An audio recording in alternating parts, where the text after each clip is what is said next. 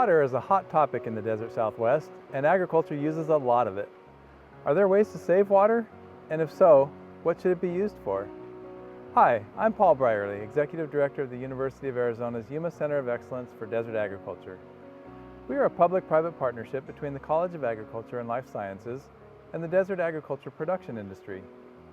I was recently asked to be on a panel of water experts looking at alternatives to permanent fallowing of agricultural lands.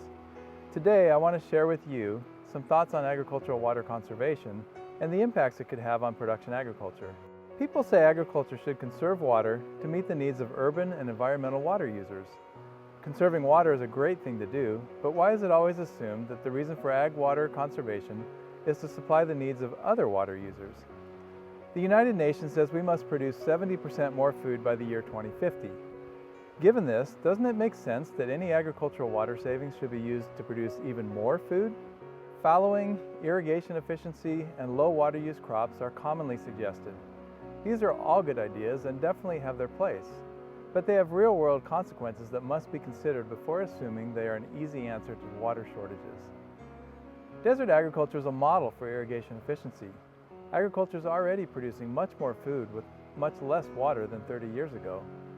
For example, drip irrigation works wonderfully in some situations, even increasing yield while decreasing water use. But it doesn't work in other situations where cropping patterns or soil salinity don't allow for it. And in all cases, it is expensive and must be economically justifiable. Is fallowing the solution? Pay the farmer what he would have made and we're good, right? Wrong. There's a huge infrastructure that goes along with ag production. What about the employees that don't get hired? The seed and chemical companies whose products are no longer needed? The retail sector that has fewer customers? The local government that collects less in sales tax? And what about the downstream user who no longer benefits from return flows? And the irrigation district that has fixed costs spread over a smaller customer base? And then there's this. Fallowing isn't actually conserving. It's just transferring the water somewhere else for someone else to use. If that somewhere else is out of the basin, there are no return flows and no aquifer recharge. So the actual savings are less by about half. And maybe the farmer doesn't want to fallow his fields. How would you feel if someone said, your profession is considered of secondary importance and we'll pay you to stop doing it? What if it is temporary fallowing? Well, that sounds good and it can make sense in case of short-term drought. But is it really temporary? If it's used to build homes and create jobs somewhere else, those uses won't be given up and that water is gone from agriculture forever. What about issues like dust and weeds on fallowed fields? And what about when the land returns to production? Will it need extra water applied to leach the salts that accumulated during fallowing? This would minimize actual water savings. How about switching to low water use crops? The farmer is already planting what he thinks is going to bring the most profit. Crop selection is based on many factors, and low water use crops may not return enough on investment to justify growing them, even with the water savings.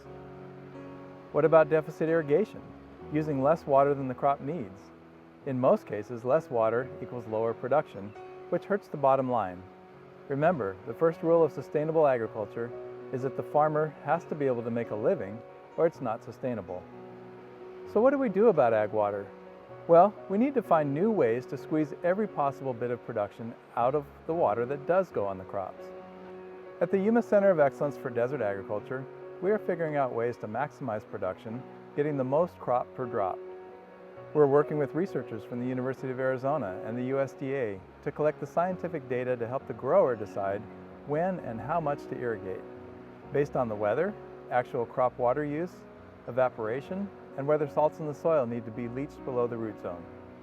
We are bringing technologies such as drones, sensors, and big data analytics to help farmers make production decisions that reduce inputs like water and chemicals while avoiding diseases and maximizing yields. And we are always looking for new crops that would be attractive to farmers by using less water, bringing in more income, or increasing soil health. Whether it's saving water, avoiding plant disease, or applying technology, we are helping farmers to produce more food with fewer inputs.